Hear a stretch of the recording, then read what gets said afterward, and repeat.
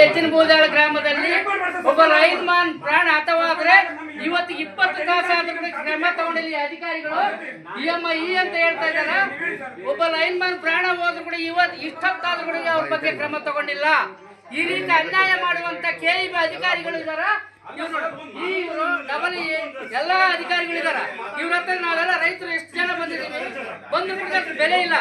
ಕೂಡಲೇ ಅವ್ರನ್ನ ಅಮಾನತುಗೊಳಿಸ್ಬೇಕು. ಒಂದು ಇವತ್ತು ಅವ್ರು ಏನು ಅನಾಹುತ ಆಗಿರ್ತಕ್ಕಂಥ ರೈತರಿಗೆ 50 ಲಕ್ಷ ಪರಿಹಾರ ಕೊಡ್ಬೇಕು. ಇವತ್ತು ಏನ್ರಿ ಇದು? ಇಂಥ ಅನ್ಯಾಯ ಮಾಡ್ತಾ ಇದಾರ. ಪರಿಸ್ಥಿತಿ ಏನಾಗಬೇಕು? ಸಣ್ಣ ಮಕ್ಕಳ ಕಡೆಗೆ ಹೆಂಗೆ ಜೀವನ ಮಾಡ್ಬೇಕು? ಇಂಥ ಅಧಿಕಾರಿಗಳು ಬೇಕಾ ನಮ್ಮ ಬಳ್ಳಾರಿ ಜಿಲ್ಲೆಯಲ್ಲಿ? ಏನ್ ಮಾಡ್ತಾ ಇದಾರೆ ಉತ್ಸವ ಮಂತ್ರಿಗಳು, ಶಾಸಕರು ಏನ್ ಮಾಡ್ತಾ ಇದ್ದಾರೆ? ಒಬ್ಬ ಲೈನ್ ಮ್ಯಾನ್, ಜನರ ಸೇವೆ ಮಾಡುವಂತ ಲೈನ್ ಮ್ಯಾನ್ ಪ್ರಾಣ ತೆಗೆದಾರೆ ಈ ಅಧಿಕಾರಿಗಳು. ಫೋನ್ ಮಾಡಿದ್ರೆ ಫೋನ್ ಎತ್ತಿಲ್ಲ. ಫಸ್ಟ್ ಇವ್ರನ್ನ ಸಸ್ಪೆಂಡ್ ಮಾಡ್ಬೇಕು.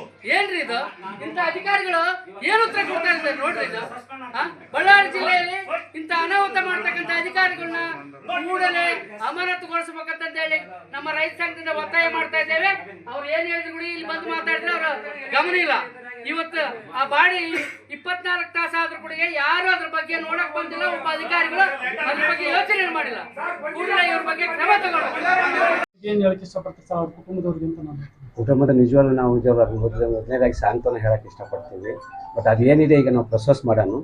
ಬಟ್ ಏನು ಆಕ್ಷನ್ ತಗೊಳೋದು ಈಗ ಮಾಡ್ತೀವಿ. ಈಗ ಮಾಡಿ ಪೇಪರ್ ಕೊಡ್ತೀವಿ, ಸಸ್ಪೆಂಡ್ ಮಾಡೇ ಕೊಡ್ತೀನಿ, ಈಗಲೇ ಕೊಡ್ತೀನಿ. 10-20 ನಿಮಿಷ ರೆಡಿ ಮಾಡ್ತಾ ಇದ್ದಾರೆ. ಒಂದು ನಿಮಿಷ ನಾನೇ ಡೆಪ್ಟಿ ಕಂಟ್ರೋಲರ್ ಕಾಂಪನ್ಸೇಷನ್ಗೆ ಇದಕ್ಕೆ ಡಿಪಾರ್ಟ್ಮೆಂಟ್ಲಿಂದ ಬರ್ತಕ್ಕಂಥ ಕಾಂಪನ್ಸೇಷನ್ ಕಂಪಲ್ಸರಿ ಕೊಡ್ತೀವಿ. ಅದಕ್ಕಿಂತ ಮುಖ್ಯ ಈಗ ಏನು ಸಾಂತ್ವನ ಮಾಡಬೇಕಾಗಿದೆ ಒಂದು ಎಕ್ಸ್ಪರ್ಟ್ ಆಗಿದ್ದಕ್ಕೆ ಅದಕ್ಕೆ ಸಂಬಂಧಪಟ್ಟ ಅಧಿಕಾರಿ ಮೇಲೆ ಇಮಿಡಿಯೇಟ್ ನಾವು ಆಕ್ಷನ್ ತಗೊಳ್ತೀವಿ ಮೇಡಮ್, ಖಂಡಿತೀವಿ. ಡಿಪಾರ್ಟ್ಮೆಂಟ್ನಿಂದ ಬರ್ತಕ್ಕಂಥದ್ದು ಅವ್ರಿಗೆ ಏನೇ ಇಲ್ಲ ಅನ್ಕೊಂಬೋದಾದ್ಮೇಲೆ ಆ ಉದ್ಯೋಗ ಸಿಗುತ್ತೆ. ವರ್ಕ್ಮನ್ ಕಾಂಪನ್ಸೇಷನ್ ಹುಡುಗ ಏನು ಚಿಕ್ಕ ವಯಸ್ಸು, ಅವನಿಗೆ ಕಾಂಪನ್ಸೇಷನ್ ಸಿಗುತ್ತೆ ವರ್ಕ್ಮನ್ ಕಾಂಪನ್ಸೇಷನ್ ಅಂತೇಳಿ ಅದನ್ನು ಸ್ಯಾಂಕ್ಷನ್ ಮಾಡಿಸ್ಕೊಡ್ತೀವಿ ನಾವು. 20-25 ಲಕ್ಷವರೆಗೂ ಸ್ಯಾಂಕ್ಷನ್ ಕೊಡ್ತದೆ. ಅಲ್ಲ ಒಂದು ಪ್ರಶ್ನೆ, ಒಂದು ಇನ್ಸಿಡೆಂಟ್ ಆದ್ಮೇಲೆ ನಿಮ್ಮ ಒಂದು ಲೇಬರ್ ಒಂದು ಇನ್ಸಿಡೆಂಟ್ ಆದ್ಮೇಲೆ ವಾಟ್ ಅಬೌಟ್ ಯುವರ್ ಡ್ಯೂಟಿ? ನಿಮ್ದೇನು ಡ್ಯೂಟಿ ಇರುತ್ತೆ? ನಾವು ಅಲ್ಲ ಒಂದ್ ನಿಮಿಷ, ಕೆಳಗಿನ ಅಥಾರಿಟಿ ಇದಾರೆ, ಸೆಕ್ಷನ್ ಆಫೀಸರು, AW ಎಕ್ಸಿಕ್ಯೂಟಿವ್ ನೋಡ್ಕೋಬೇಕಾದನ್ನ. ಯಾರೇ ಕಂಪಲ್ಸರಿ ಆದ್ರೂ ನಿಮ್ಗೆ ಇನ್ಫಾರ್ಮೇಶನ್ ಸಿಗುತ್ತೆ. ಇಮಿಡಿಯೇಟ್ ಅವ್ರ ಕಡೆ ಇನ್ಫಾರ್ಮೇಶನ್ ಸಿಗುತ್ತೆ ಸರ್. ಅವ್ರು ಹೇಳಿದಾಗ ವಿಷಯ ಸಿಗುತ್ತೆ ನಮಗೆ. ಹಿಂಗಾಗಿ ಇನ್ಸಿಡೆಂಟ್ ಆಗಿದೆ ಅದಕ್ಕೆ ಈಗ ಹೇಳ್ತಾರೆ. ರಾತ್ರಿ ಸೂಪರ್ಟೆಂಟ್ ಇಂಜಿನಿಯರ್ ಗುಲ್ಬರ್ಗ ಹೋಗಿದ್ರು, ಅಲ್ಲಿರ್ತಕ್ಕಂಥ ಎಕ್ಸಿಕ್ಯೂಟಿವ್ ಇಂಜಿನಿಯರ್ AW ಮಾಹಿತಿ ನೀಡಿದೀವಿ. ಹೌದೌದು ಹೌದಾ, ಅಲ್ಲಿ AW ಎಕ್ಸಿಕ್ಯೂಟಿವ್ ಇರ್ತಾರೆ, ಸಬ್ ಡಿವಿಷನ್ AW ಎಕ್ಸಿಕ್ಯೂಟಿವ್ ಇರ್ತಾರೆ. ಅವ್ರ ಬಗ್ಗೆ ಮಾಹಿತಿ ನೀಡಿದಾಗ ಅವ್ರಿಗೇನು ಸರಿಯಾದ ಹಿಂಗೆ ಆಕ್ಷನ್ ಮಾಡ್ಲಿಲ್ಲ ಅಂತಂದ್ರೆ ಅವ್ರ ಮೇಲೆ ಆಕ್ಷನ್ ಬರೀತಕ್ಕಂಥ ಜವಾಬ್ದಾರಿ ನಮ್ದು. ಒಂದು ಎಂಪ್ಲಾಯ್ ಒಂದು ಸುಳ್ಳು ಮಾಹಿತಿ ಕೊಡ್ತಾರಾ ನೀವು?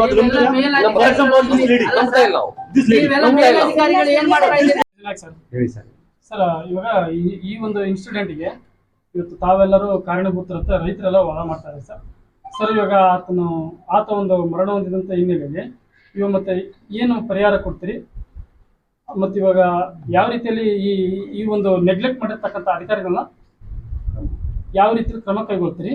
ಆಮೇಲೆ ಅವ್ರ ಕುಟುಂಬದವ್ರಿಗೆ ಯಾವ ರೀತಿಯಲ್ಲಿ ಪರಿಹಾರ ಒದಗಿಸ್ತೀರಿ ಅಂತ ಕೇಳ್ತೀನಿ ಸರ್.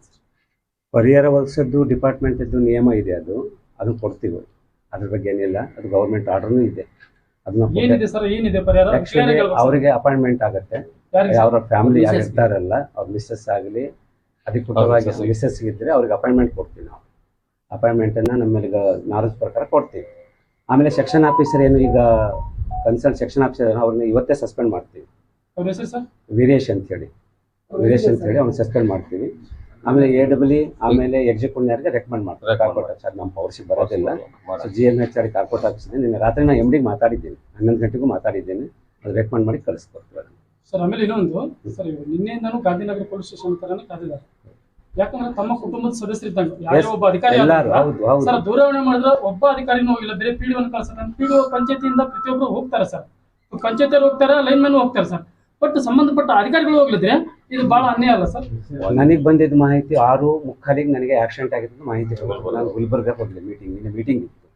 ನಾನೇನು ಮಾಡಿದೆ, ಇಮಿಡಿಯೇಟ್ಲಿ ಆಗಿ ನವೀನ್ ಅಂತೇಳಿ AW ಇದ್ದಾರೆ, ಆಮೇಲೆ ಈ ಆಸ್ಮಾ ಕಾಟೂನ್ ಅಂತೇಳಿ ಎಕ್ಸಿಕ್ಯೂಟಿವ್ ಇದ್ರು.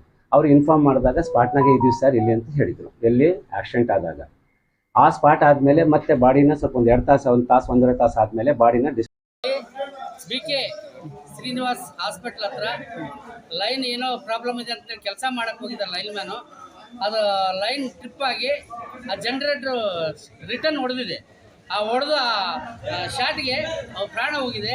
ಪ್ರಾಣ ಹೋಗಿ 24 ಗಂಟೆ ಆದರೂ ಕೂಡ KEB ಅಧಿಕಾರಿಗಳು ಭಾಳ ನಿರ್ಲಕ್ಷ್ಯ ವಹಿಸಿದ್ದಾರೆ. ಒಬ್ಬ ಅಧಿಕಾರಿ ಕೂಡಗೆ ಆ ಬಾಡಿ ಹತ್ರ ಹೋಗಿ ಅವರ ಕುಟುಂಬದವರಿಗೆ ಏನಾದರೂ ಸ್ವಾಂತನ ಕೂಡ ಹೇಳಿಲ್ಲ, ಅವ್ರಿಗೆ ಏನಾದರೂ ಪರಿಹಾರ ಕೂಡ ಹೇಳಿಲ್ಲ. ಇಷ್ಟೊತ್ತಾದ್ರೂ ಹುಡುಗಿ ಇಡೀ ಕರ್ನಾಟಕ ರಾಜ್ಯದಲ್ಲಿ ಮಾಡ್ತಕ್ಕಂಥ ಲೈನ್ ಮ್ಯಾನ್ಗಳಿಗೆ ಎಷ್ಟು ಮೋಸ ಮಾಡ್ತಾ ಇದ್ದಾರೆ ಈ ಮೇಲಧಿಕಾರಿಗಳನ್ನೋದು ಇವತ್ತು ಈ ಹುಡುಗರ ಎಣನೆ ಸಾಕ್ಷಿ. ಯಾಕಪ್ಪ ಅಂದ್ರೆ ಕಷ್ಟಪಟ್ಟು ಹಗಲು ರಾತ್ರಿ ಸೇವೆ ಮಾಡುವಂತ ಲೈನ್ ಮ್ಯಾನ್ಗಳಿಗೆ ಸಾವಿಗೆ ಬೆಲೆ ಇಲ್ಲಪ್ಪ ಅಂದ್ರೆ KEB ಅಧಿಕಾರಿಗಳಿಗೆ ನಾಚಿಕೆ ಆಗ್ಬೇಕು ಸ್ವಾಮಿ. ಇವತ್ತು JE ಎಕ್ಸಿಕ್ಯೂಟಿವ್ ಇಂಜಿನಿಯರ್ ಇನ್ನ ಉಳಿದಂತ ಮೇಲಧಿಕಾರಿಗಳೆಲ್ಲ ಇದಾರ. ಒಬ್ಬ ಅಧಿಕಾರಿ ಕೂಡಕ್ಕೆ ಹೋಗಿ ಆ ಹೆಣನ ಭೇಟಿ ಮಾಡಿಲ್ಲ. ಇವತ್ತು ಅವ್ರ ಮನೆ ಕುಟುಂಬದವರಿಗೆ ಸ್ವಾಂತಾನೆ ಹೇಳಿಲ್ಲ. ಈ ರೀತಿ ಆದರೆ ಬಳ್ಳಾರಿ ಜಿಲ್ಲೆಯಲ್ಲಿ ಇಂಥ ಅವಿವೇಕಿಯ KEB ಅಧಿಕಾರಿಗಳನ್ನ ಕೂಡಲೇ ಅಮಾನತುಗೊಳಿಸ್ಬೇಕಂತಂದು ಹೇಳಿ ನಾವು ಸರ್ಕಾರಕ್ಕೆ ಒತ್ತಾಯ ಮಾಡ್ತಾ ಇದ್ದೀವಿ. ರೈತರಿಗೆ ಮೋಸ ಮಾಡುವಂಥ ಅಧಿಕಾರಿಗಳು, ಇಂಥ ಅಧಿಕಾರಿಗಳು ನಮಗೆ ಬೇಡ. ಇವತ್ತೊಂದು ಪ್ರಾಣ ಅನಾಹುತ ಆಗೈತೆ ಅಂದ್ರೆ ಆ ಪ್ರಾಣ ಅನಾಹುತ ಆದಂಥ ವ್ಯಕ್ತಿ ನಾಗರಾಜನ ಕುಟುಂಬ ಇವತ್ತು ಬೀದಿ ಪಾಲಾಗ್ತಾ ಇದೆ. ಅಂತ ಬೀದಿ ಪಾಲಾಗೋದಕ್ಕೆ ನಾವು ಬಿಡೋದಲ್ಲ. ಇವತ್ತೇನು ಅಧಿಕಾರಿಗಳು ಯಾರು ನಿರ್ಲಕ್ಷ್ಯ ಇದ್ದಾರೆ ಅವರೆಲ್ಲರೂ ಏನು ಮಾಡ್ತಾ ಇದ್ದಾರೆ ಗೊತ್ತಲ್ಲ, ಅವ್ರ ಕುಟುಂಬಕ್ಕೆ ಇವತ್ತು ಕೂಡಲೇ ₹1,00,00,000 ಅನುದಾನ ಕೊಡ್ಬೇಕಂತಂದು ಹೇಳಿ ನಾವು ಆ ಅಧಿಕಾರಿಗಳಿಗೆ ಮನವಿ ಮಾಡ್ತಾ ಇದ್ದೀವಿ. ಅದೇ ರೀತಿಯಾಗಿ ಸರ್ಕಾರದಿಂದ ಏನು ಅನುದಾನ ಬರುತ್ತೆ ಆ ಕುಟುಂಬಕ್ಕೆ ಒದಗಿಸುವಂಥ ಕೆಲಸ ನಾವೆಲ್ಲ ಮಾಡ್ತಾ ಇದ್ದೀವಿ. ನಮ್ಮೆಲ್ಲ ಬಂಧು ಬಳಗದವರು ರೈತ ಸಂಘದವರೆಲ್ಲ ಇದ್ದೀವಿ.